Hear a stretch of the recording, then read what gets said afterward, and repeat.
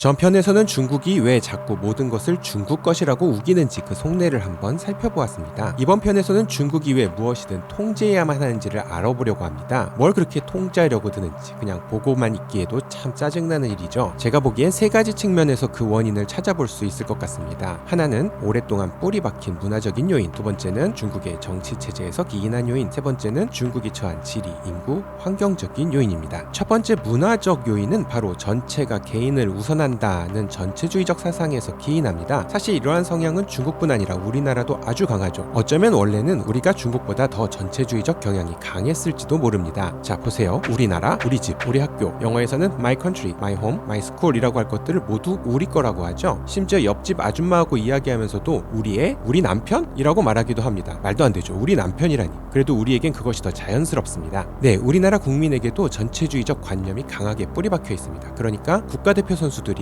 올림픽에서 금메달을 따면 온 국민이 환호하고, 축구 국가대표 선수들이 월드컵 4강에 진출하면 온 국민이 하나가 되는 이유입니다. 그런데 우리나라는 경제발전 과정을 거치면서 개인주의적인 성향이 아주 많이 더해졌습니다. 그래서 점점 프라이버시가 더 중요해지고 조직을 위한 개인의 희생이 비록 미덕이긴 하지만 강요할 수 없는 그런 수준에까지 이른 것 같습니다. 최근에는 이러한 개인주의적인 성향이 더 강해지면서 오히려 조직을 위한 개인의 희생보다는 남을 위한 개인의 희생을 더 소중하고 의미 있게 보는 경향도 있는 것 같아요. 대를 위해서 소를 희생하는 것이 구태고 부질없다, 이런 생각도 생긴 것 같고요. 모든 것이 문화적, 사회적 현상이다 보니 뭐가 좋고 뭐가 나쁘다고 단정지어 말하기는 어려울 수도 있을 것 같습니다. 그럼 중국은 어떨까요? 중국도 우리나라하고 비슷합니다. 어찌 보면 개인의 삶 속에서는 우리보다 더 극단적인 개인주의가 보입니다. 길에서 누가 쓰러져서 도움을 청해도 기꺼이 도움을 주는 사람이 없을 정도입니다. 자칫 좋은 마음으로 가서 도움을 주었다가는 본인 때문에 어디가 잘못되었다, 돈이 없어졌다 등 덤탱이를 씌우는 일들이 워낙 많다 보니 사회적 신뢰가 땅에 떨어지고 개인은 더 극단적인 개인주의로 치닫고 있습니다. 사회적 신뢰, 이 부분은 다음 편에서 좀 더 살펴보도록 하겠습니다. 사회적으로 모르는 사람에 대해 팽배해진 불신은 반대로 아는 사람들끼리 서로 의지하는 모습으로 나타나기도 합니다. 이것이 여러분도 잘 아는 중국의 펑여오 문화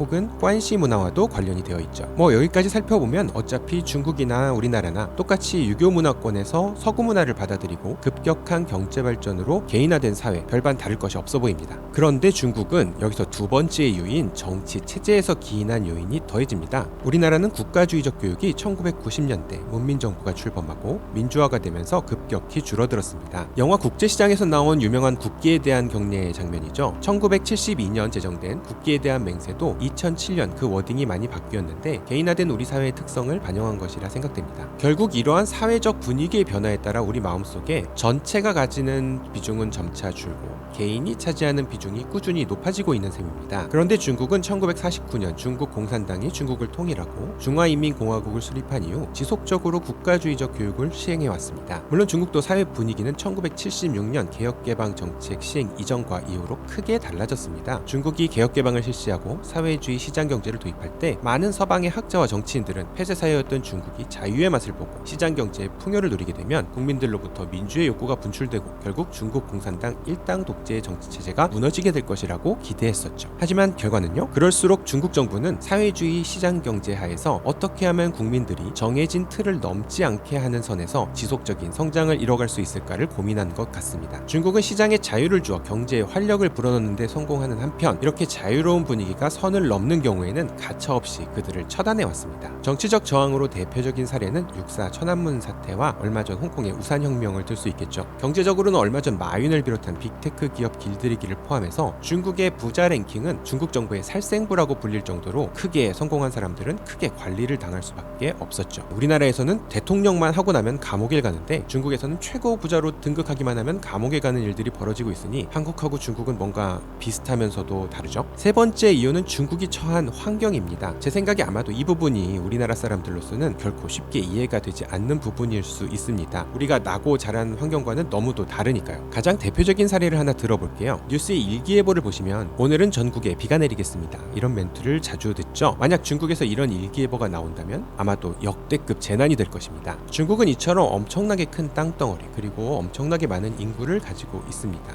그리고 그 땅덩어리와 인구에 비해서는 턱도 없이 부족한 자원을 가지고 있죠. 이제는 조금 이해가 되실까요? 만약 여러분들도 이런 나라의 리더가 되신다면 제한된 국가의 리소스를 어떻게 관리해서 효율적으로 활용하느냐가 가장 중요한 과제가 될 것이 분명합니다. 바로 통제죠. 중국에서 살면서 하도 황당한 일들을 많이 겪다 보면 그냥 익숙해지게 됩니다. 그래도 이건 참 너무하다 싶은 생각이 들어서 친한 중국 친구한테 컴플레인을 하면 그때 가장 많이 돌아오는 말이 중국월 엔타이도, 중국엔 사람이 너무 많아 라는 답입니다. 즉 별의별 사람이 다 있다 보니까 관리가 잘 안 돼서 벌어지는 일이란 그런 의미입니다. 처음에는 할 말이 없으니까 별 핑계를 다 댄다 싶었는데 오래 지내다 보니 그 말의 의미를 조금씩 알 것도 같더라고요. 그렇기 때문에 중국은 우리가 보기에 너무나 많은 것들을 통제합니다. 아이 낳는 것도 통제했고 지금은 풀렸죠. 애완동물 키우는 거, 인터넷 하는 것, 사람이 모이는 것, 이동하는 것, 돈을 버는 것과 쓰는 것, 회사를 세우고 운영하고 접는 것, 정말 많은 부분들을 통제합니다. 그리고 그것이 최종적으로 국가를 위해 바람직하다고 하면 언제든 개인의 피해와 손실은 희생해야 하는 부분이 됩니다. 그러니까 코로나 제로 정책으로 언제 어디서든 건물이든 도시든 봉쇄가 가능한 것이죠. 이런 일들은 통제받지 않던 사람들에게는 아주 불편하고 기분 나쁜 일일 것입니다. 저도 싫습니다. 하지만 분명 어떤 부분은 우리가 중국을 충분히 이해하지 못해서 그렇지 필요할 수도 있겠다 싶은 생각이 들기도 합니다. 앞으로의 영상이 궁금하시다면 구독과 좋아요, 알림 설정 부탁드립니다.